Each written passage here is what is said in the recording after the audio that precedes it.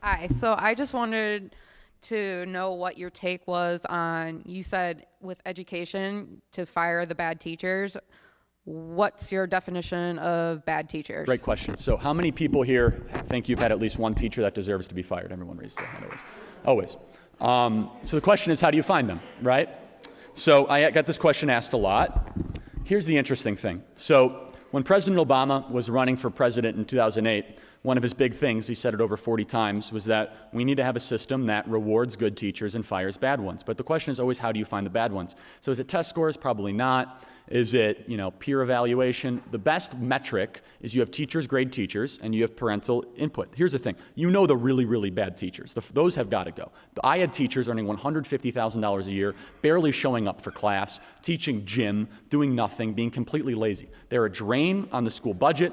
They're a drain on the local community, and they should be fired instantaneously. The problem is, under current teacher tenure laws in certain states, in most states, they are protected by contracts designed by teacher unions that make it nearly impossible to fire bad teachers. If they're not productive, they don't put time in. So I would support reform and a system that allows really good teachers. Here's the thing. Some teachers, this might be a surprise to some of my liberal counterparts, so I had public school teachers that changed my life, that did unbelievable amount of work. They got in at 6 a.m. every day. They worked their tail off. Then I had teachers that would take half the year off. They just didn't care. They were bratty. They thought it was horrible. And yet the one that didn't put in as much effort was earning more than the person that was just there.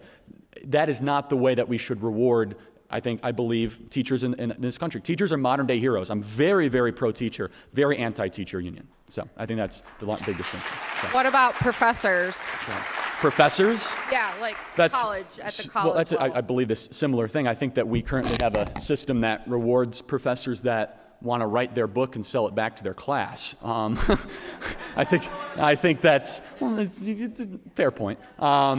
It's also rewards professors that do most studying and not actually engaging with their current class. Here's the problem: is that most college freshmen are taught by TAs, teachers' assistants. So they're getting something. They're paying for something they're not even getting.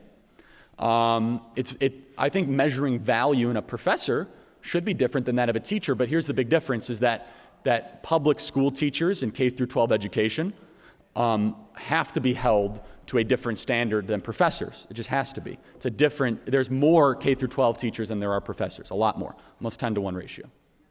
Okay, but with the whole point on the TAs, they're usually doctoral students.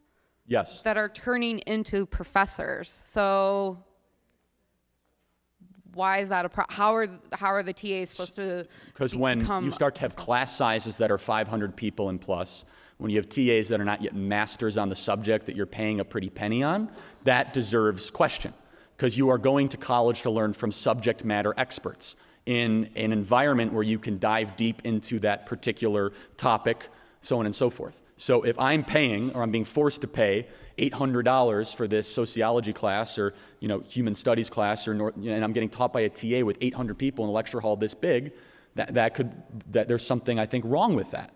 I think because you're paying a pretty penny for something that is then very, I would say, inadequate.